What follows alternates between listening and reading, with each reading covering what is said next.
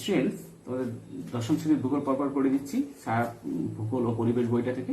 আজকে তোমাদের চ্যাপ্টার 2 তার দ্বিতীয় পরিচ্ছেদ, প্রথম পরিচ্ছেদ আগে পড়ে দিয়েছি। চ্যাপ্টার 2 হচ্ছে বায়ুমণ্ডল, আর দ্বিতীয় পরিচ্ছেদে আছে বায়ুমণ্ডলের তাপ, উষ্ণতা ও বিশ্ব উষ্ণায়ন।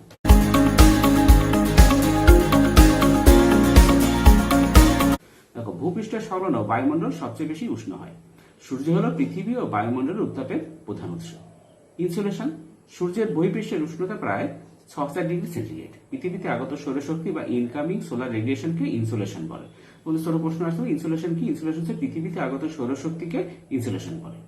সূর্যের আলোক বলয় থেকে নির্গত যে শক্তি অতি প্রবল বেগটা হচ্ছে সেকেন্ডে প্রায় ২,৯৭,০০০ কিলোমিটার বা ১,৮৬,০০০ মাইল আর কি। ক্ষুদ্র তড়িৎ চৌম্বকীয় তরঙ্গরূপে বা আলোক তরঙ্গরূপে পৃথিবীতে পৌঁছায়, তাকে ইনসুলেশন বা আগত সৌর বিকিরণ বলে। আরেকবার শোনো, সূর্যের আলোক বলয় থেকে নির্গত যে শক্তি অতি প্রবল বেগে ক্ষুদ্র তড়িৎচুম্বকীয় তরঙ্গরূপে বা আলোক তরঙ্গরূপে পৃথিবীতে পৌঁছায়, তাকে ইনসুলেশন বা আগত সৌর বিকিরণ বলে। এটি তাপ শক্তিতে রূপান্তরিত হয়, একে সূর্য রশ্মির তাপীয় ফল বলে। এটা তাপ শক্তিতে রূপান্তরিত তাপীয় ফল। সৌর বিকিরণের ২০০ কোটি ভাগের মাত্র ১ ভাগ পৃথিবীতে আসে। সব আসলে তাহলে তো আমরা বাস্তবিক পারতাম না। ২০০ কোটি ভাগের মাত্র ১ ভাগ পৃথিবীতে আসে। ইনসুলেশনের নিয়ন্ত্রকগুলি হলো সূর্যের উন্নতি কোণের পরিমাণ, সূর্যালোকের স্থায়িত্ব বা দিনের দৈর্ঘ্য, সূর্য ও পৃথিবীর মধ্যে দূরত্ব, সৌর কলঙ্ক এবং বায়ুমণ্ডলের স্বচ্ছতা। এবার দেখো, তাপের সমতা। পৃথিবী প্রতিদিন সৌরতাপ শোষণ করা সত্ত্বেও এর গড় উষ্ণতা সামগ্রিকভাবে বাড়ছে না বা কমছে না, তাপের সমতা বজায় থাকছে। আসলে যে পরিমাণে আগত সৌর বিকিরণ ক্ষুদ্র তরঙ্গরূপে পৃথিবী পৃষ্ঠ ও বায়ুমণ্ডলে পৌঁছায়, তা দীর্ঘ তরঙ্গরূপে পুনঃবিকিরিত হয়ে মহাশূন্যে ফিরে যায়। এর ফলে পৃথিবীতে উষ্ণতার ভারসাম্য দেখা যায়। একেই পৃথিবীর তাপের সমতা বা তাপ বাজেট বলে। সূর্য থেকে আগত ১ ভাগ শক্তিকে যদি ১০০% ধরা হয়, তবে তার প্রায় ৩৫% মেঘ দ্বারা হচ্ছে ২৭%, আর মহাকাশে বিচ্ছুরণ হচ্ছে ৬%, আর ভূপৃষ্ঠ দ্বারা প্রতিফলন 2%। পৃথিবীর বায়ুমণ্ডল ও ভূপৃষ্ঠকে উত্তপ্ত না করে মহাশূন্যে ফিরে যায়। এই অকার্যকরী সৌরতাপকে অ্যালবেডো বলে। তোমাদের প্রশ্ন আসে অ্যালবেডো কি?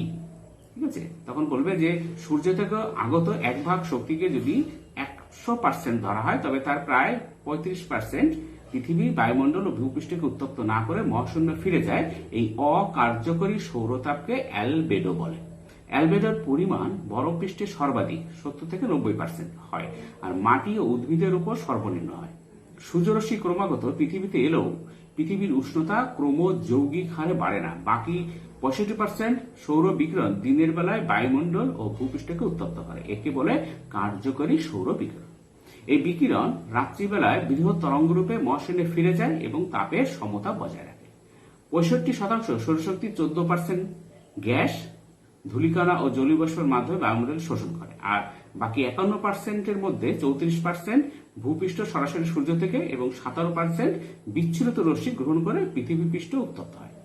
এই ৫১% শক্তি পুনরায় বিকিরিত হয়ে মহাশূন্যে চলে যায়। এর মধ্যে পৃথিবী পৃষ্ঠ থেকে বাষ্পীভবনের ফলে ১৯% ও বায়ুর পরিচলন স্রোতের মাধ্যমে ৯% মহাশূন্যে চলে যায়। বাকি ২৩% তাপশক্তি পার্থিব বৃহৎ তরঙ্গরূপে মহাশূন্যে ফিরে গিয়ে পৃথিবীর তাপের সমতা বজায় রাখে।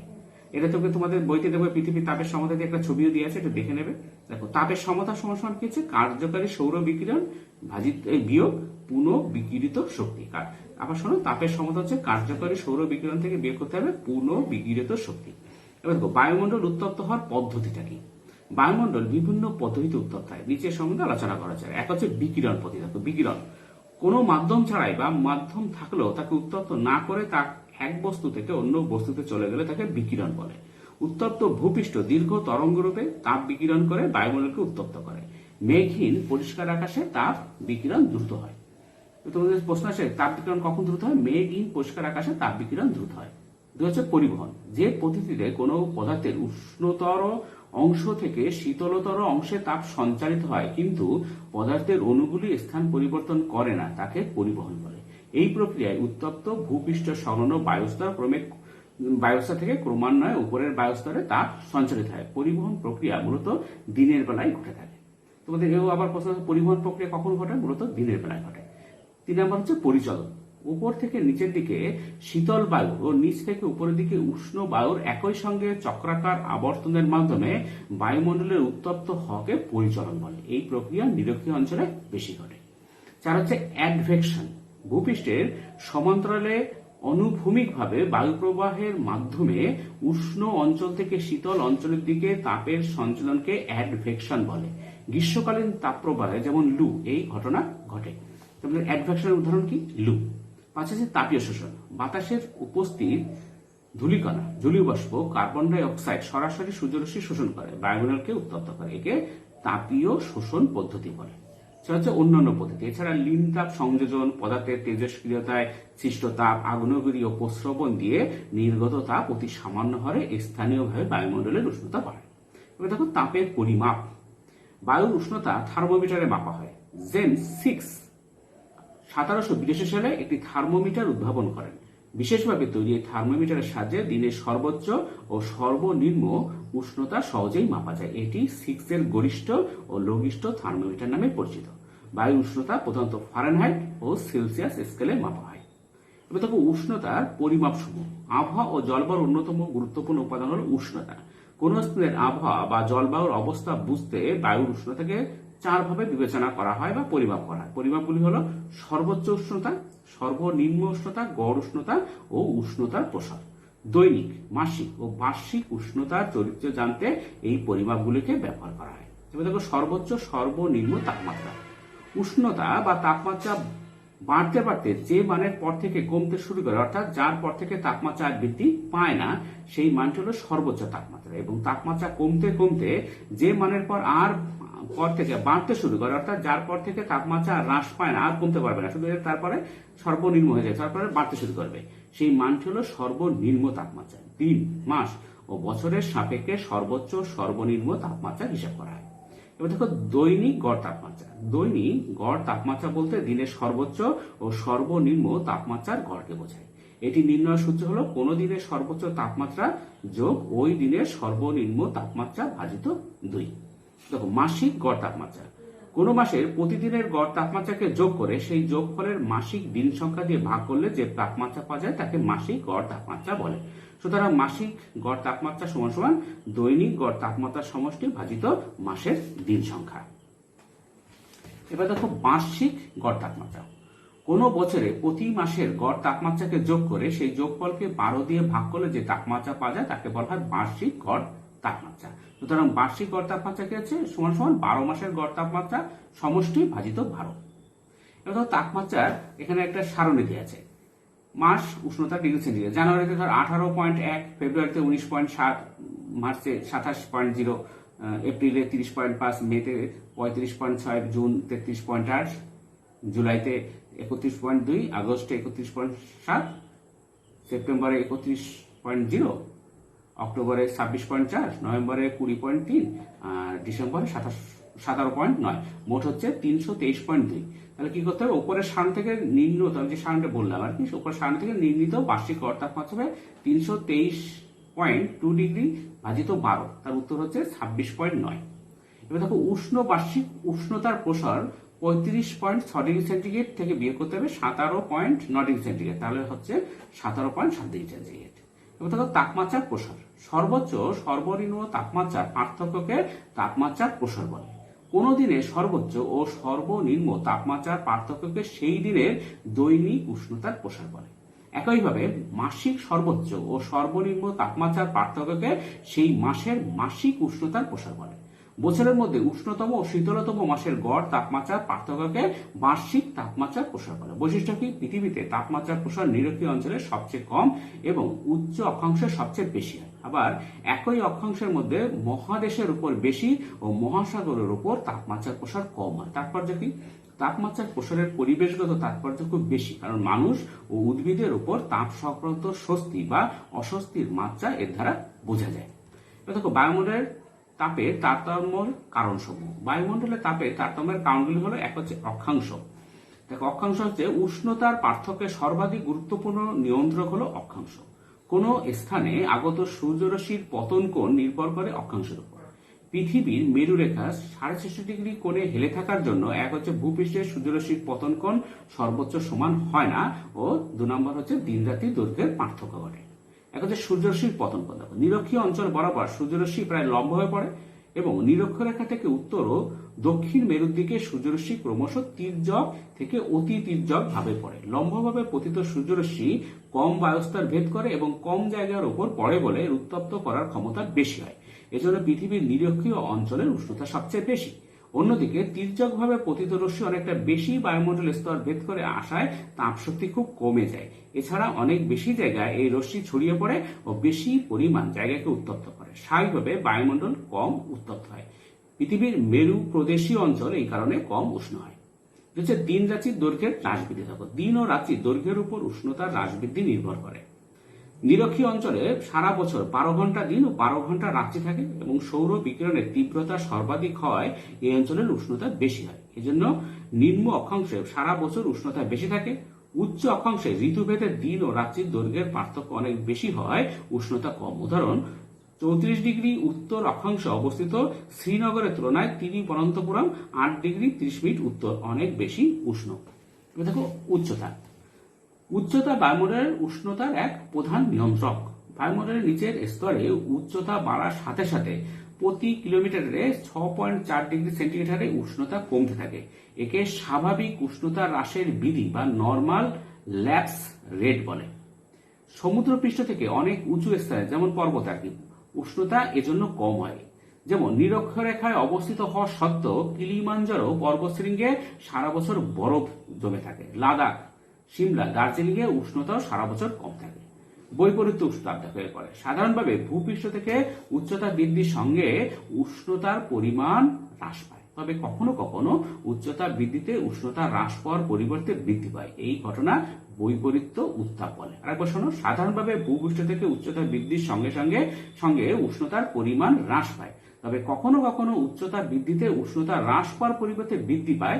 এই ঘটনাকে বৈপরীত্য উত্তাপ বলে। সাধারণত নাতিশীতোষ্ণ মণ্ডলে রাতের বেলা পর্বতের ঊর্ধ্ব ঢাল দ্রুত তাপ বিকিরণ করে শীতল হয়, সংলগ্ন বায়ু ঘন, ভারী ও শীতল হয় এবং ক্যারাবেটিক বায়ুরূপে ঢাল বেয়ে নামতে থাকে। এক সময় সমস্ত ক্যারাবেটিক বায়ু দ্রুত নিচে নেমে এসে উপত্যকায় জমা হয় এবং উপত্যকার গরম ও হালকা বায়ুর স্থান দখল করে। তখন শীতল ভারী বায়ুস্তরের উপর গরম হালকা বায়ুস্তর অবস্থান করে ও উত্তাপের বৈপরীত্য ঘটায়। মেরু ও উপমেরু অঞ্চলে ভূভাগ বরফাবৃত থাকায় বৈপরীত্য উত্তাপ দেখা যায়। কলকারখানাযুক্ত অঞ্চলের চিমনি ধোঁয়ায় ভূপৃষ্ঠ সংলগ্ন অঞ্চলের তুলনায় বায়ুমণ্ডলের উপর দিকে বেশি উত্তপ্ত থাকে ও বৈপরীত্য উত্তাপ দেখা যায়। শীতকালে সূর্যাস্তের পর ভূপৃষ্ঠ ও তৎসংলগ্ন বায়ু দ্রুত শীতল হয়, কিন্তু উপরের বায়ু সহজে শীতল হয় না, ফলে উষ্ণতার বৈপরীত্য ঘটে। দেখো, উচ্চ স্থান শীতল হওয়ার কারণ কি? এক হচ্ছে সমুদ্র পৃষ্ঠ সংলগ্ন নিচের বায়ুস্তরের ঘনত্ব সবচেয়ে বেশি এবং উচ্চ স্তরের বায়ুর ঘনত্ব অনেক কম। উপরের বায়ুতে সৌর বিকিরণের শোষণ ও তাপ সঞ্চয় কম হয়। 2, পার্থিব বিকিরণ নিচের ঘন বায়ুস্তরে বেশি হয় কিন্তু উপরের হালকা স্তরে কম পৌঁছায়। 3, উপরের স্তরের বায়ুচাপ কম এবং বায়ু হালকা ও পাতলা হয়, এই অঞ্চলের বায়ু তাড়াতাড়ি তাপ বিকিরণ করে শীতল হয়। 4, নিচের বায়ু উপরে উঠলে প্রসারিত হয়, এজন্য বায়ুর শক্তি ক্ষয় হয় ও শীতল হয়ে পড়ে। 5, উপরের স্তরে বিকিরণ পরিবহন, পরিচালন ও শোষণের প্রভাব কম থাকায় উচ্চতা বাড়ার সাথে সাথে উষ্ণতা কমে। এবার 3 নম্বর বর্ণনা হবে স্থলভাগ ও জলভাগের বন্টন। স্থল ও জলের ভৌত বৈশিষ্ট্যের পার্থক্যের জন্য উষ্ণতার তারতম্য হয়। আপেক্ষিক তাপ কম হয় স্থলভাগ জলভাগ অপেক্ষা দ্রুত উত্তপ্ত হয় এবং দ্রুত তাপ বিকিরণ করে শীতল হয়। অন্যদিকে জলভাগে এই প্রক্রিয়া খুব ধীরে হয়, তাই মহাদেশগুলিতে চরম ভাবাপন্ন মহাদেশীয় জলবায়ু ও উপকূল সংলগ্ন অঞ্চলে সমভাবাপন্ন সামুদ্রিক জলবায়ু দেখা যায়। 4 নম্বর পয়েন্ট, বায়ুপ্রবাহ। দেখো, পৃথিবীর বিভিন্ন অংশে উষ্ণ ও শীতল বায়ুপ্রবাহ উষ্ণতার পরিবর্তন ঘটায়। গরম ও শুষ্ক লু বায়ু উত্তর পশ্চিম ভারতে উষ্ণতা বাড়িয়ে দেয়, আবার মৌসুমী বায়ুর প্রভাবে বর্ষাকালে উষ্ণতা প্রায় 10 ডিগ্রি সেন্টিগ্রেড কমে যায়।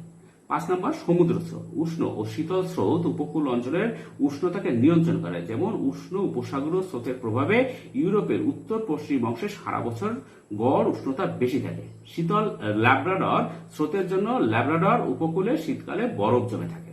উষ্ণ ও শীতল স্রোতের মিলনস্থলে কুয়াশাচ্ছন্ন পরিবেশ থাকে। 6 নম্বর পয়েন্ট, দেখো, ভূমির ঢাল। ভূমির যে ঢালের উপর সূর্যালোক বেশি পড়ে সেই ঢালে উষ্ণতা অপেক্ষাকৃত বেশি হয়, এর বিপরীত ঢালে সূর্যালোক তির্যকভাবে পড়ে ও উষ্ণতা তুলনামূলকভাবে কম হয়।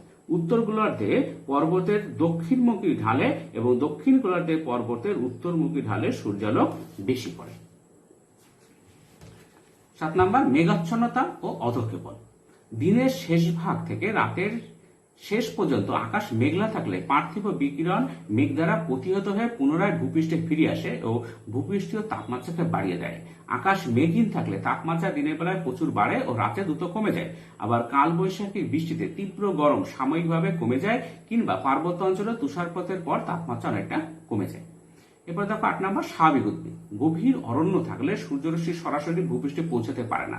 তাছাড়া গাছ প্রচ্ছদনের সময় বাতাসে জল ত্যাগ করায় বাতাস আর্দ্র হয়। এজন্য বনাঞ্চলে বায়ু পার্শ্ববর্তী অঞ্চল অপেক্ষা কম উষ্ণ হয়, যে কারণে নিরক্ষীয় বনাঞ্চলে তাপমাত্রার উল্লেখযোগ্য বৃদ্ধি ঘটে না। এবারে মাটির প্রকৃতি। বিভিন্ন প্রকার মাটির তাপ শোষণ করার ক্ষমতা বিভিন্ন বলে মাটির তারতম্যে উষ্ণতারও পার্থক্য হয়। বালি মাটি ও কালো রঙের মাটি তাপ শোষণ করার ক্ষমতা বেশি। তোমাদের প্রশ্ন হিসেবে তাপ শোষণ করার ক্ষমতা কার বেশি, কোন মাটির বেশি? বালি মাটি ও কালো রঙের মাটির তাপ শোষণ করার ক্ষমতা বেশি। এই মাটিগুলি খুব দ্রুত উত্তপ্ত হয় এবং দ্রুত তাপ ত্যাগ করে শীতল হয়ে পড়ে। এই কারণে দিনের বেলায় মরুভূমিতে উষ্ণতা বেশি হয় ও রাতে কম থাকে। 10 হচ্ছে নগরায়ন ও শিল্পায়ন। শহরাঞ্চলে যানবাহন ও কলকারখানা থেকে নির্গত তাপ ও ধোঁয়া উষ্ণতা বাড়িয়ে দেয় এবং তাপক্ষেত্র তৈরি করে। ঘরবাড়ি নির্মাণ, যান চলাচল প্রভৃতির জন্য বাতাসে ধুলো ধোঁয়ার পরিমাণ খুব বেশি থাকে, ফলে বায়ু সৌর বিকিরণ ও পার্থিব বিকিরণ উভয়কে বেশি মাত্রায় শোষণ করে। এজন্য ভূপৃষ্ঠ সংলগ্ন বাতাস বেশি উষ্ণ হয়। এই কারণে দমদম বিমানবন্দর এলাকা অপেক্ষা কলকাতা শহরের উষ্ণতা সবসময় 2 থেকে 3 ডিগ্রি সেন্টিগ্রেড বেশি থাকে। এবার দেখো তাপমণ্ডল, সমষ্ণ রেখা ও তাপের অনুভূমিক বন্টন। তোমাদের এটা একটা ছবি আছে, এইগুলো একটু ছবি দেখে নেবে বইতে। তাপমণ্ডল দেখো, তাপমাত্রা বন্টনের তারতম্যের জন্য অক্ষাংশের ভিত্তিতে পৃথিবীকে 3টি তাপবলয়ে ভাগ করা আছে। এগুলো হলো, এক হচ্ছে উষ্ণমণ্ডল। দেখো উষ্ণমণ্ডল কি আছে, উত্তরে কর্কটক্রান্তি রেখা 23 ডিগ্রি 30 মিনিট উত্তর থেকে দক্ষিণে মকরক্রান্তি রেখা 23 ডিগ্রি 30 মিনিট দক্ষিণ পর্যন্ত বিস্তৃত পৃথিবীর মাঝখানের অঞ্চলটি উষ্ণ মণ্ডল নামে পরিচিত। বৈশিষ্ট্য, এক হচ্ছে সারা বছর এই অংশে সূর্যরশ্মি প্রায় লম্ব হয়ে পড়ে ও সৌর বিকিরণের তীব্রতা সবচেয়ে বেশি হয়। 2, গড় উষ্ণতা 25 থেকে 30 ডিগ্রি সেন্টিগ্রেড সারা বছর বেশি থাকে। 3 হচ্ছে শোষিত তাপের বিকিরণ অপেক্ষা সঞ্চয় বেশি হয়, যার উষ্ণতার প্রসার সবচেয়ে কম হয়। 2 নম্বর পয়েন্ট, নাতিশীতোষ্ণ মণ্ডল। দেখো উত্তর গোলার্ধে কর্কটক্রান্তি রেখা 23 ডিগ্রি 30 মিনিট উত্তর থেকে সুমেরু বৃত্ত 66 ডিগ্রি 30 মিনিট উত্তর পর্যন্ত এবং দক্ষিণ গোলার্ধে মকরক্রান্তি রেখা 23 ডিগ্রি 30 মিনিট দক্ষিণ থেকে কুমেরু বৃত্ত 66 ডিগ্রি 30 মিনিট দক্ষিণ পর্যন্ত বিস্তৃত অঞ্চলে নাতিশীতোষ্ণ মণ্ডলের অন্তর্গত। বৈশিষ্ট্য কি, এক হচ্ছে এই অঞ্চলে সূর্যরশ্মি সবসময় তীর্যক হয়ে পড়ে। 2, সৌর বিকিরণের তীব্রতা মাঝারি প্রকৃতির হয়, গড় তাপমাত্রা মাঝামাঝি থাকে, তাই এই অঞ্চলে নাতিশীতোষ্ণ আবহাওয়া বিরাজ করে। 3, গড় তাপমাত্রা উপক্রান্তীয় অঞ্চলে বেশি ও উপমেরু অঞ্চলে কম হয়, যার এজন্য উভয় গোলার্ধে 23 ডিগ্রি 30 মিনিট থেকে 45 ডিগ্রি ও 45 ডিগ্রি থেকে 66 ডিগ্রি 30 মিনিট অঞ্চলকে যথাক্রমে উষ্ণ নাতিশীতোষ্ণ মণ্ডল ও শীতল নাতিশীতোষ্ণ মণ্ডলে ভাগ করা হয়েছে। 5 হচ্ছে এখানে দিন ও রাতে যথেষ্ট তারতম্য থাকে। 3 নম্বর হচ্ছে হিমমণ্ডল। উভয় গোলার্ধে সুমেরু বৃত্ত 66 ডিগ্রি 30 মিনিট উত্তর ও কুমেরু বৃত্ত 66 ডিগ্রি 30 মিনিট দক্ষিণ থেকে মেরুবিন্দু 90 মিনিট উত্তর ও দক্ষিণ পর্যন্ত বিস্তৃত অঞ্চল হলো হিমমণ্ডল। বৈশিষ্ট্য, এক হচ্ছে এখানে সূর্যরশ্মি অতি তীর্যকভাবে পড়ে টানা 6 মাস দিনের সময় এবং সর্বোচ্চ পতন কোণ মাত্র 23 ডিগ্রি 30 মিনিট হয়। হচ্ছে অ্যালবেডোর পরিমাণ 70 থেকে 90%, ফলে কার্যকরী সৌর বিকিরণ খুব কম হয়। 3, আগত সৌর বিকিরণ অপেক্ষা পার্থিব বিকিরণ বেশি ঘটে, ফলে তাপের ঘাটতি হয় ও বায়ুমণ্ডল বেশি উত্তপ্ত হতে পারে না। 4, গড় তাপমাত্রা শূন্যের নিচে থাকে। এবার দেখো তাপমণ্ডলের গুরুত্ব কি। এক হচ্ছে তাপমণ্ডলের উপর নির্ভর করে ভূপৃষ্ঠের স্বাভাবিক উদ্ভিদ ও অঞ্চলগুলির সৃষ্টি হচ্ছে। 2, জলীয় বাষ্পের পরিমাণ ও বৃষ্টিপাতের বন্টন তাপমণ্ডলগুলির অবস্থান দ্বারা প্রভাবিত হয়। 3, পৃথিবীব্যাপী তাপের বন্টন ও জলবায়ুগত পরিবর্তন তাপমণ্ডলগুলির উপর নির্ভর করে। এবার দেখো সমাষ্ণ রেখা। ভূপৃষ্ঠে সমান উষ্ণতা বিশিষ্ট স্থানগুলিকে মানচিত্রে যে কাল্পনিক রেখা দিয়ে যুক্ত করা হয় তাকে সমষ্ণ রেখা বলে। তোমাদের প্রশ্ন আসে সমষ্ণ রেখা কি? একবার শোনো, ভূপৃষ্ঠের সমান উষ্ণতা বিশিষ্ট স্থানগুলিকে মানচিত্রে যে কাল্পনিক রেখা দিয়ে যুক্ত করা হয় তাকে সমষ্ণ রেখা বলে। সব স্থানের উষ্ণতাকে সমুদ্র পৃষ্ঠের উষ্ণতায় পরিবর্তিত করে সমষ্ণ রেখা মানচিত্র তৈরি করা হয়। গুরুত্ব কি দেখো, এক হচ্ছে উষ্ণতার স্থানগত চরিত্র এবং তাপীয় ঢালের প্রকৃতি বুঝতে। 2, পৃথিবীর জলবায়ু অঞ্চলের সীমা নির্ধারণ করতে ও 3, উষ্ণতার বৈশ্বিক বন্টন ও বিস্তৃতি জানতে এর গুরুত্ব রয়েছে। এবার দেখো পৃথিবীর তাপের অনুভূমিক বন্টন। এক হচ্ছে নিম্ন অক্ষাংশে গড় ও বার্ষিক উষ্ণতা সবচেয়ে বেশি ও মেরু অঞ্চলে সবচেয়ে কম থাকে। 2 মেরুর দিকে বার্ষিক উষ্ণতা ধীরে ধীরে কমতে থাকে। 3, জানুয়ারি মাসের শীতলতম স্থান হলো উত্তর পূর্ব সাইবেরিয়া ও গ্রিনল্যান্ড, আর উষ্ণতর স্থান হলো মহাদেশগুলির পশ্চিম অংশের উপকূল অঞ্চল। 4, জুলাই মাসে সর্বোচ্চ তাপমাত্রা অবস্থান করে উত্তর আফ্রিকা, দক্ষিণ পশ্চিম এশিয়া থেকে ভারত উপমহাদেশের পশ্চিম অংশ পর্যন্ত এবং মার্কিন যুক্তরাষ্ট্রের দক্ষিণ পশ্চিম অংশে। 5, জুলাই মাসে সর্বনিম্ন তাপমাত্রা কুমেরু মহাদেশে দেখা যায়। এবার দেখো বিশ্ব উষ্ণায়ন বা গ্রিন হাউস গ্যাসের ভূমিকা। প্রথমে শোনো বিশ্ব উষ্ণায়ন জিনিসটা কি। তোমাদের প্রশ্ন আছে বিশ্ব উষ্ণায়ন কি? পৃথিবীব্যাপী জনবিস্ফোরণ, নগরায়ন, শিল্পায়ন, যানবাহনের সংখ্যা বৃদ্ধি, নির্বিচারে অরণ্য নিধন প্রভৃতি কারণে গ্রিন হাউস গ্যাসের পরিমাণ ক্রমশ বৃদ্ধি পাচ্ছে। এর ফলে শোষিত তাপের সবটা পুনঃবিকিরিত না হয়ে কিছুটা থেকে যায় এবং পুনরায় ভূপৃষ্ঠে ফিরে এসে ভূপৃষ্ঠকে উষ্ণ ও বায়ুমণ্ডলকে উত্তপ্ত করে। এতে পৃথিবীর তাপমাত্রা ক্রমশ বাড়ছে। পৃথিবীর তাপমাত্রা বৃদ্ধির এই প্রক্রিয়াকে বিজ্ঞানীরা বিশ্ব উষ্ণায়ন বা গ্লোবাল ওয়ার্মিং আখ্যা দিয়েছে। বিজ্ঞানীদের আশঙ্কা, একবিংশ শতাব্দীর মধ্যভাগে পৃথিবীর গড় তাপমাত্রা 1.5 ডিগ্রি থেকে 4.5 ডিগ্রি সেন্টিগ্রেড বেড়ে যাবে। দেখো গ্রিন হাউস গ্যাস, যে সমস্ত গ্যাস যেমন carbon die oxide, N2O, CH4, methane আর কি প্রভৃতি ক্ষুদ্র তরঙ্গের সৌর বিকিরণকে ভূপৃষ্ঠে আসতে বাধা দেয় না, অথচ বৃহৎ তরঙ্গের পার্থিব বিকিরণকে মহাপৃষ্ঠে ফিরে যেতে বাধা দেয়, তাদের গ্রিন হাউস গ্যাস বলে। আর বসানো, যে সমস্ত গ্যাস তার মধ্যে CO2, N2O, CH4 প্রভৃতি ক্ষুদ্র তরঙ্গের সৌর বিকিরণকে ভূপৃষ্ঠে আসতে বাধা দেয় না, অথচ বৃহৎ তরঙ্গের পার্থিব বিকিরণকে মহাশূন্যে ফিরে যেতে বাধা দেয়, তাদের গ্রিন হাউস গ্যাস বলে। তোমাদের যদি গ্রিন হাউস গ্যাস হয় তোমরা কার্বন ডাই অক্সাইড CO2 বলে দেবে গ্রিন হাউস গ্যাস। এবার দেখো কার্বন ডাই অক্সাইড CO2, এটি হলো প্রধান গ্রিন হাউস গ্যাস। উৎস হচ্ছে জীবাশ্ম জ্বালানির দহন ও অরণ্য নিধন। বর্তমান পরিমাণ 400 ppm আর কি। উষ্ণায়নে ভূমিকা 49%। এই জন্য এটা হচ্ছে সবচেয়ে বড়, এটা হচ্ছে প্রধান গ্রিন হাউস গ্যাস, এই জন্য উষ্ণায়নের ভূমিকা 49%। এরপর দেখো মিথেন CH4, উৎস জলাভূমি, ধান জমি, জৈব পদার্থের পচন, কয়লা খনি, প্রাকৃতিক গ্যাস ও তেলের খনি। উষ্ণায়নের ভূমিকা 18%। বর্তমান পরিমাণ 1762 ppb। 3 নম্বর হচ্ছে ক্লোরোফ্লোরোকার্বন CFC, উৎস হচ্ছে রেফ্রিজারেটর, শীততাপ নিয়ন্ত্রিত যন্ত্র, হিমঘর নির্গত তরল, স্প্রে জাতীয় প্রসাধনী প্রভৃতি। উষ্ণায়নের ভূমিকা 14%। এবার দেখো নাইট্রাস অক্সাইড N2O, উৎস হচ্ছে কৃষি জমিতে ব্যবহৃত নাইট্রোজেন সার, মাটির জীবাণুর বিক্রিয়া, জীবাশ্ম জ্বালানির দহন, সার শিল্প, নাইলন উপাদান প্রভৃতি। বর্তমান পরিমাণ 324 ppb। উষ্ণায়নের ভূমিকা 6%। এবং দেখো 5 হচ্ছে অন্যান্য, এছাড়া hydrofluorocarbon HFC, sulphur chloride, ozone প্রভৃতি উষ্ণায়নে 13% ভূমিকা গ্রহণ করে। এবার দেখো বিশ্ব উষ্ণায়নের প্রভাব। তোমাদের প্রশ্ন আসে বিশ্ব উষ্ণায়নের প্রভাব। তোমরা প্রভাব আসলে প্রথমে পয়েন্টগুলো মনে রাখবে। 1 হচ্ছে হিমবাহের গলন, বিপর্যস্ত জনজীবন।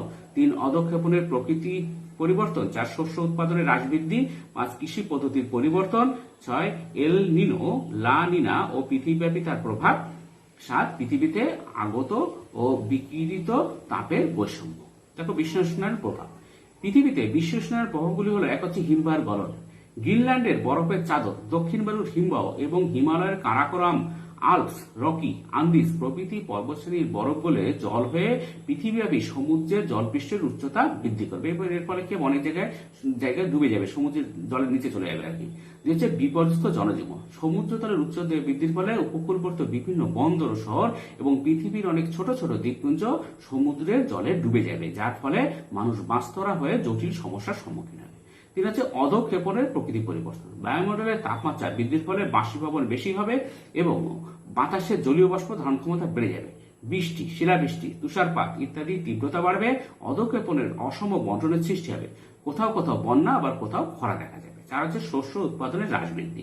বৃষ্টিপাতের পরিমাণ ও বন্টনে যথেষ্ট তারতম্য উষ্ণতা বৃদ্ধির জন্য কোনো এক প্রকার শস্যের চাষ ক্ষতিগ্রস্ত হবে, কিন্তু অন্য এক প্রকার শস্যের চাষ বৃদ্ধি পাবে। এভাবে শস্য উৎপাদনের হ্রাস বৃদ্ধি ঘটবে। 5 কৃষি পদ্ধতির পরিবর্তন।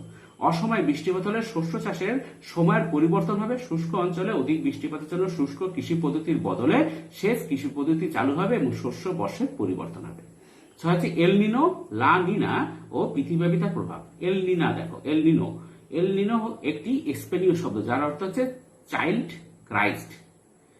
তোমাদের প্রশ্ন আসতে পারে এল নিনা শব্দের অর্থ কি, তার বলবে ক্রাইস্ট চাইল্ড আর কি, মানে ক্রাইস্ট চাইল্ড। এল নিনা হচ্ছে ক্রাইস্ট চাইল্ড।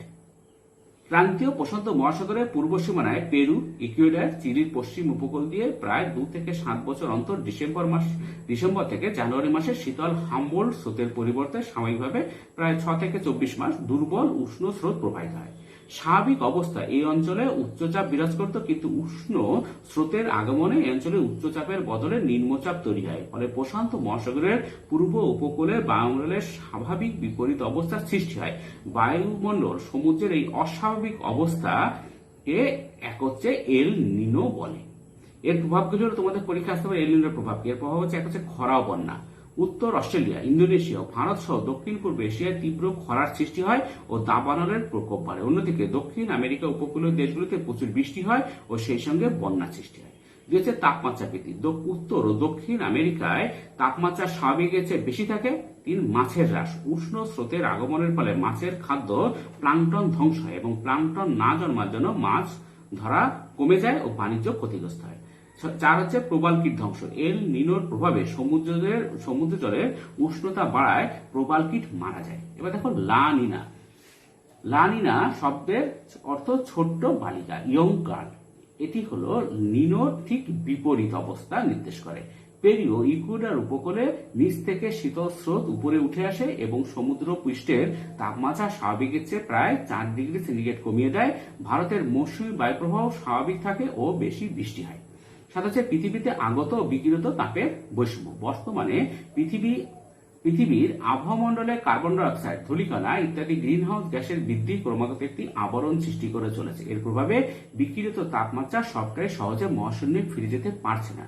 এর ফলে আগত ও বিকিরিত তাপের মধ্যে বৈষম্য সৃষ্টি হচ্ছে।